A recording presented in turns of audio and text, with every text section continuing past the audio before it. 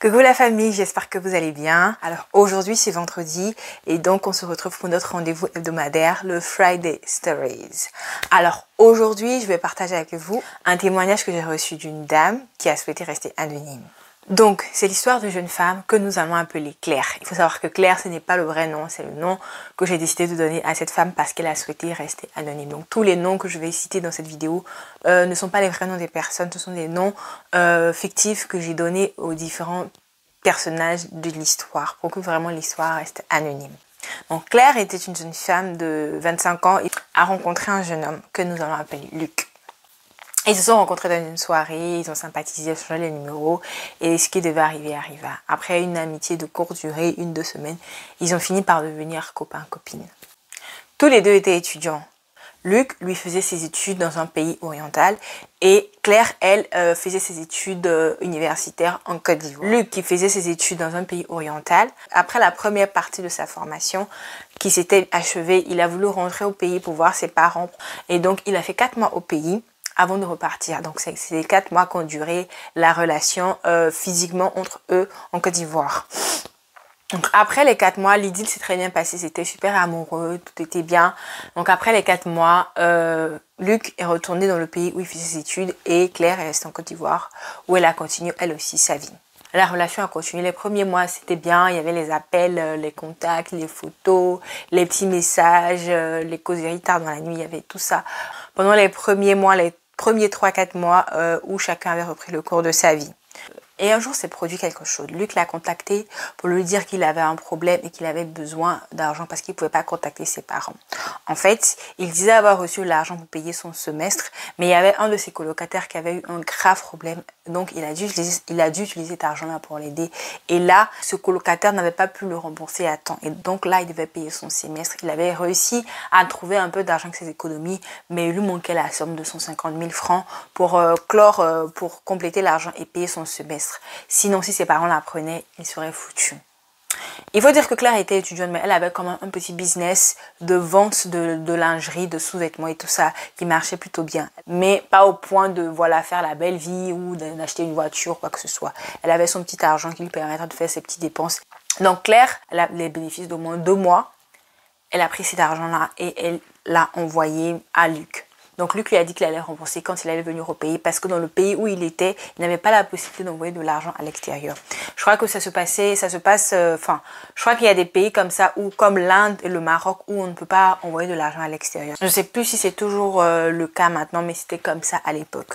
Et après cette situation qui s'est passée là, d'autres situations ont suivi. C'était pas récurrent, mais c'est arrivé quand même 3-4 fois où il a quand même sollicité l'aide de Claire.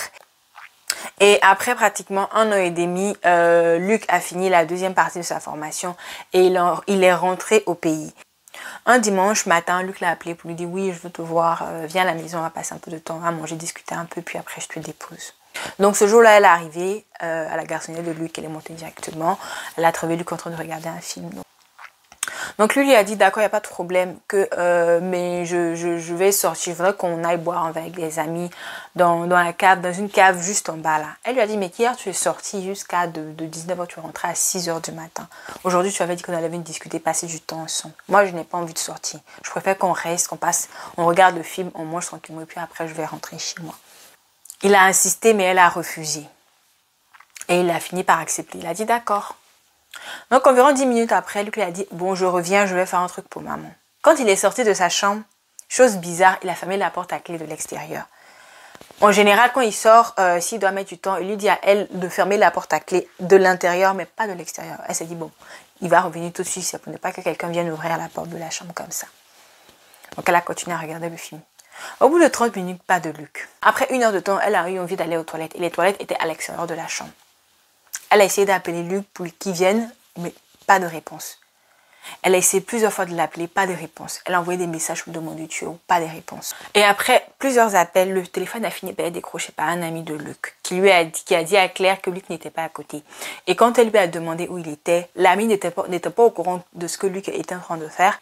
Il a simplement dit à Claire qu'ils étaient dans un bar en train de prendre un pot, ça fait 1 heure de temps qu'ils étaient là. Elle venait de comprendre que Luc l'avait enfermé dans la chambre, sans toilette, sans avoir mangé et il est allé boire dans un bar avec ses amis. C'est comme ça qu'elle lui envoie un message en lui disant « Si tu ne viens pas m'ouvrir la porte, c'est ta mère qui le fera. » 15 minutes après, Luc, bien évidemment, ayant reçu ce message, s'est précipité chez lui. Il a ouvert la porte et tentait de s'expliquer à Claire. Elle a juste pris ses affaires, sans un mot dire, elle est rentrée chez elle. Là, c'était une douche froide. Mais le plus dur reste à venir. Après ce moment-là, elle ne prenait plus les appels de Luc, elle ne répondait plus à ses messages, elle ne faisait plus rien. Et un jour, elle a reçu un appel de l'étranger, d'une jeune femme. Et cette jeune femme, elle lui a dit qu'elle était la copine de Luc dans le pays où il fréquentait. Et qu'elle aura appris que Luc entretenait une relation avec Claire en Côte d'Ivoire. Et quel fut le choc pour Claire d'entendre cela. Mais le pire restait à venir. Cette jeune fille-là s'appelait Naomi. Naomi lui a appris que Luc disait en fait que c'est Claire qui lui courait après et que c'était une aventure qu'il avait eue pour ses premières vacances où lui et Claire se sont rencontrés, mais que depuis, Claire ne le lâche pas. Elle le court après et là il est rentré, elle est toujours chez lui, elle ne cesse de l'appeler, elle essaie de harceler. Et là, Naomi avait décidé d'appeler Claire pour discuter entre femmes, pour lui dire de laisser son copain en paix, car Naomi était enceinte de 6 mois de Luc. Et Naomi, pour mieux le couteau dans la plaie, lui dit « Si tu ne me crois pas, j'ai des captures d'écran de ce qu'il dit de toi. » Et pour prouver ce qu'elle disait, elle a envoyé à Claire des captures d'écran des différentes conversations où Luc dénigrait carrément Claire. Il disait qu'elle n'était pas sérieuse, qu'il avait rencontré lors d'une soirée, ils ont eu des rapports et après, elle ne voulait plus le lâcher et plein de mensonges. C'était la douche froide pour Claire. Elle ne croyait pas ce qu'elle était en train d'entendre, elle ne croyait pas ce qu'elle était en train de lire. Après un bon moment de choc, elle a fini par reprendre ses esprits et à dire à Naomi qu'en fait, c'était faux, que Luc était un menteur, qu'ils avaient une relation depuis 2 ans. Elle a aussi fait des captures d'écran qu'elle a envoyées à Naomi pour prouver ce qu'elle était en train de lui dire.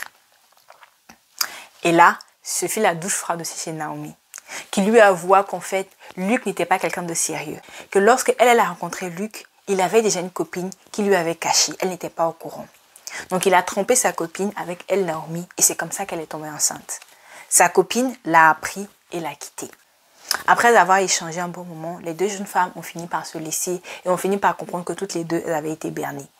Et c'est là que Claire finit par voir le vrai visage de Luc. Elle a fini par comprendre que Luc, tout ce temps, n'a fait que jouer avec elle. Il ne la respectait pas, il ne l'a jamais considérée comme sa copine, il a passé son temps à l'humilier, à lui faire du mal. Et cela a été un gros coup dur pour Claire, car Luc était son premier amour.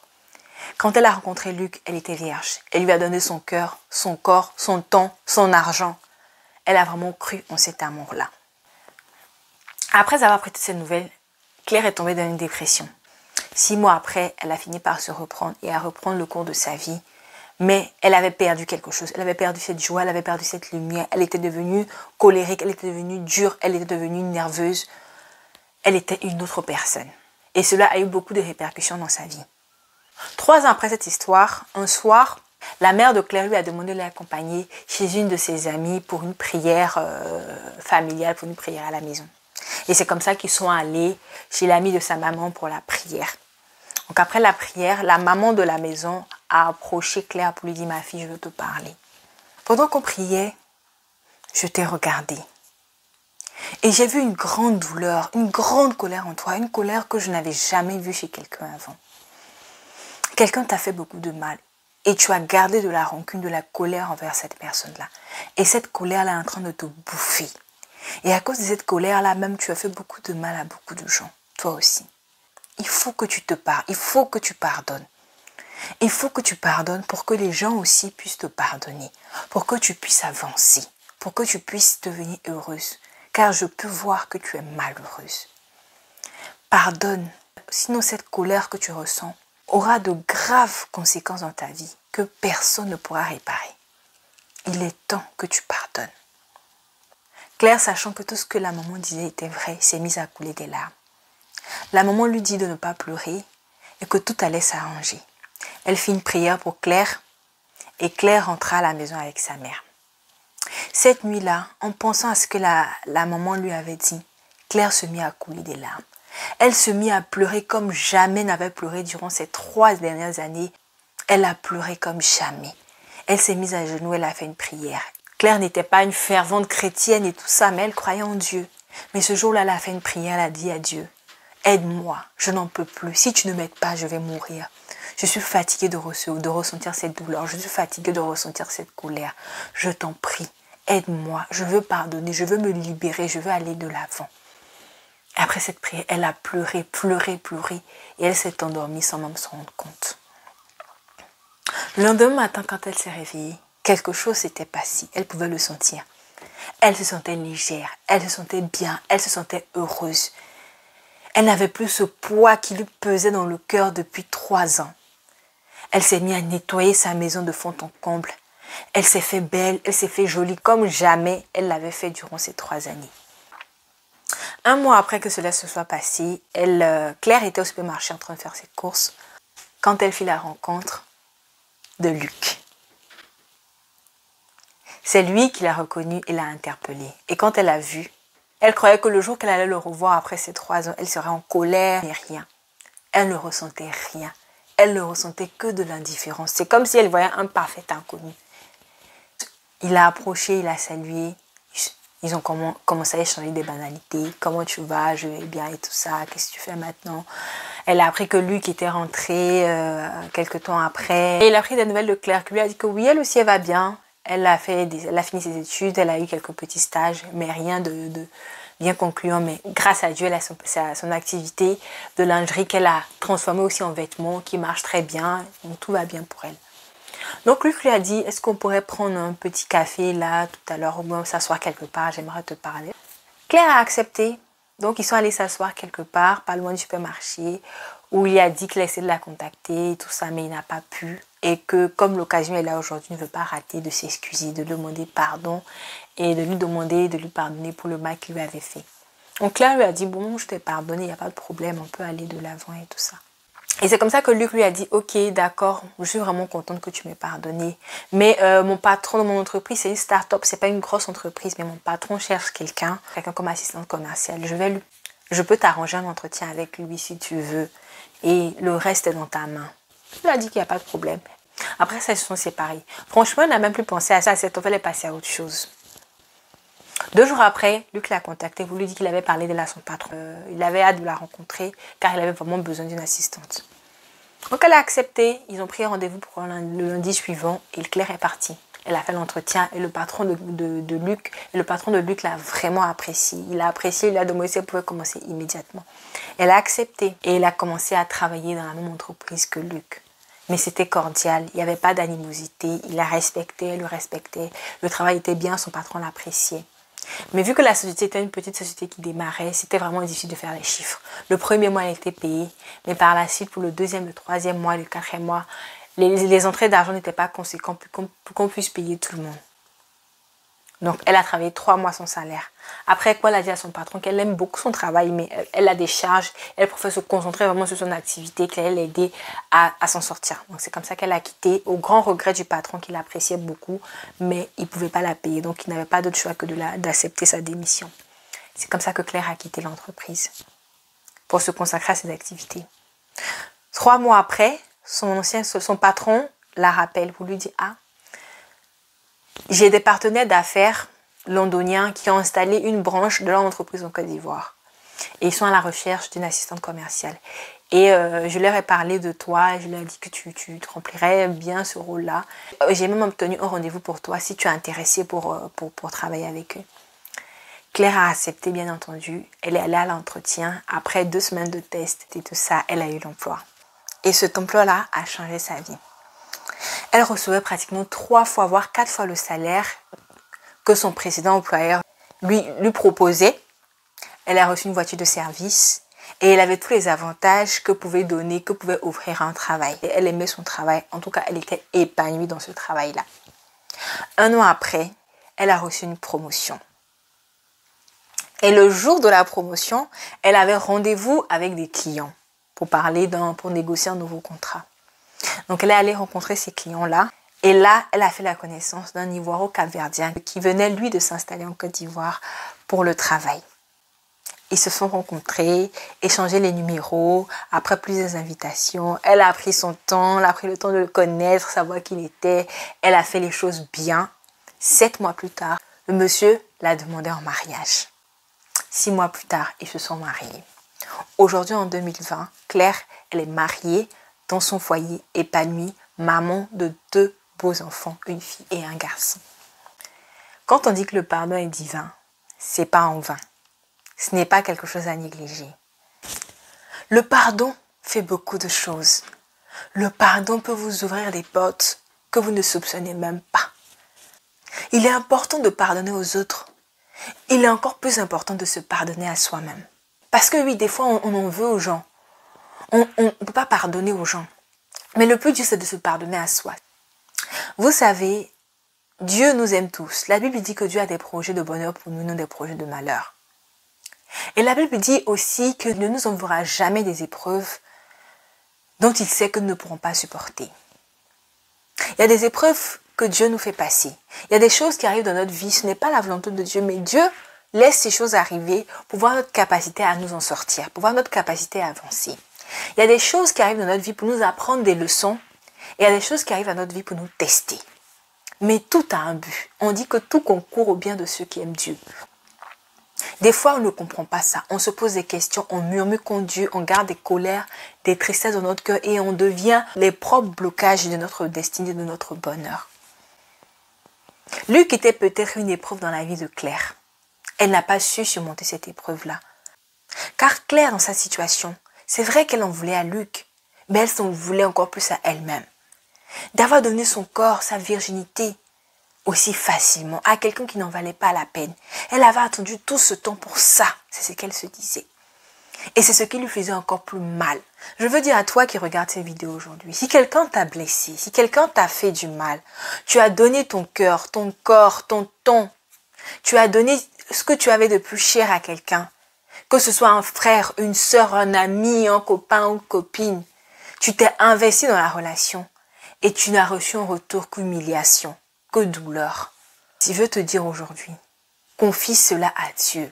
Dépose ton poids, ton fardeau à ses pieds et lui va te donner la paix.